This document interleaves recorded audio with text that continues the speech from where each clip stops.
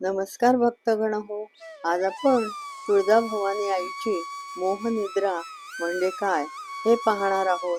याआधी आपण देवी आईची घोर निद्रा, श्रमनिद्रा याची माहिती मिळवली आहे. आता आपण आज मोहनिद्रा म्हणजे काय ते पाहणार आहोत. उदे गंबाबाई आई, उदे गंबाबाई, उध उध उध उध.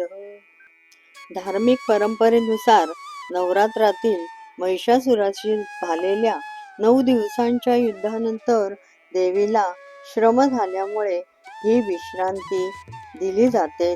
तिला श्रम निद्रा असं म्हणतात. ही 5 दिवसाची श्रमनिद्रा कोजागिरी पौर्णिमेपर्यंत असल्याचे नमूद केले आहे. विश्वाचा भार वाहणाऱ्या आईच्या विश्रांतीच्या काळात अनेक भाविक आणि पुजारी गादी, तकिया इत्यादी सुखसोयींचा त्याग करून साधीच जीवनशैली पाळतात. वर्षातून एकूण 21 दिवस मंचकी निद्रा तुळजाभवानी आई घेते, जी घोर निद्रा, श्रमनिद्रा आणि मोहनिद्रा अशा 3 टप्प्यात विभागलेली असते. आध्यात्मिक मान्यतेनुसार महिषासुरासारख्या बलाढ्य राक्षसाचा वध केल्यानंतर आणि विश्वाचा अहोरात्र भार वाहिल्यानंतर आईला विश्रांतीची आवश्यकता असते. देवीची निद्रा म्हणजेच निसर्गाचा संथ आणि शांत काळ असतो, जो नवीन सृष्टीच्या निर्मितीसाठी आवश्यक असतो. शाकंभरी माता ही वनस्पती आणि अन्नाची देवी आहे, जी पृथ्वी तलावर दुष्काळ दूर करण्यासाठी प्रकट झाली होती. त्यामुळे या निद्रेला कृषी आणि अन्नाशी जोडलेलं समृद्धीचं प्रतीक मानलं जातं. तुळजाभवानी आईच्या मोहनिद्रा या काळात मंदिरातील दैनंदिन स्वरूपात मोठे बदल होतात. ती देवी विश्रांती घेत असल्याने पूजेचे स्वरूप अत्यंत संथ आणि काळजीपूर्वक घेतले जातात. नेहमीप्रमाणे होणारे मोठे अभिषेक या काळात थांबवले जातात. त्याऐवजी देवीच्या चरणावर आणि मूर्तीला सुवासिक तेल, पंचामृत, दूध, दही, मध, साखर, तूप लावून हलक्या हाताने अभिषेक पूजा केली जाते.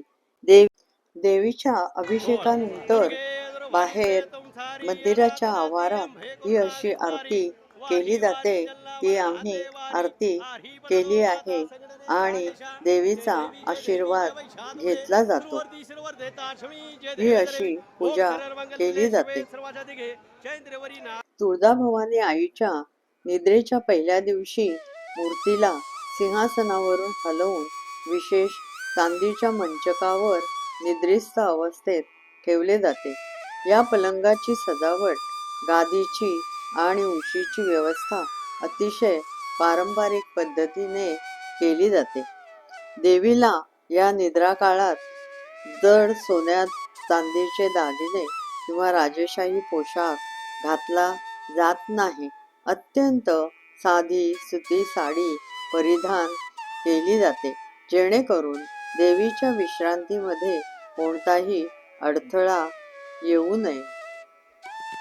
या मोहनिद्रेच्या काळात ढोल, ताशा किंवा घंटानाद मंदिरात केला जात नाही, जेणेकरून देवीच्या निद्रेत व्यत्यय येऊ नये. अतिशय शांत आणि संथ आवाजात मंत्रोच्चार करत देवीची कापूर आरती करतात आणि साधी ओटी भरली जाते. तुळजाभवानी आईची मोहनिद्रा म्हणजे नेमकं काय? तर मोहनिद्रा म्हणजे देवीची गाढ योगमय निद्रावस्था. तुळजाभवानी मातेच्या धार्मिक परंपरेत देवीच्या निद्रेला विशेष महत्त्व आहे. ही सामान्य झोप नसून देवीच्या दैवी शक्तीच्या विश्रांतीची अवस्था मानली जाते. तुळजापूर परंपरेत देवीच्या निद्रांना धार्मिक विधी मानले जाते. ही मोहनिद्रा म्हणजे साधी झोप नसून देवीच्या शक्तीचे अंतर्मुख होणे आणि विश्रांतीची अवस्था असे तिचे वर्णन केले जाते. तुळजाभवानीच्या निद्राबाबत स्थानिक धार्मिक परंपरा आणि मंदिरातील विधीनुसार वेगवेगळ्या संज्ञा वापरल्या जातात. मोहनिद्रा म्हणजे धार्मिक परंपरेत देवीची गाढ योगमय निद्रावस्था असा अर्थ घेतला जातो. पण मोहनिद्रा या शब्दाचा साधा अर्थ मोह निर्माण करणारी किंवा गाढ निद्रा असा होतो. देवीच्या संदर्भात ही सामान्य झोप नसून दैवी शक्तीच्या विश्रांतीची अंतर्मुख अवस्थेची प्रतिकात्मक कल्पना मानली जाते. मोहनिद्रा ही तुळजाभवानीच्या धार्मिक परंपरेतील एक प्रकार मानला जातो. या निद्रेकडे देवीच्या दैवी लीलेचा आणि विश्रांतीचा भाग म्हणून श्रद्धेने पाहिले जाते. आई तुळजाभवानी मातेचा उदो उदो. तुळजाभवानी माता हिला जागृत देवता मानले जाते. मंदिरातील परंपरेनुसार मातेची ठराविक वेळा निद्रा म्हणजे विश्रांती मानली जाते. ही मानवी झोपेसारखी नसून देवीला आदराने विश्रांती देण्याची धार्मिक परंपरा आहे. देवीच्या उपासनेत देवीला जागृत शक्ती स्वरूप मानले जाते. तुळजाभवानी आईच्या आपण 3 निद्रेविषयी जाणून घेतलं. एक घोर निद्रा, नंतर श्रमनिद्रा आणि आज आपण मोहनिद्रा या निद्रेविषयी जाणून घेतलं.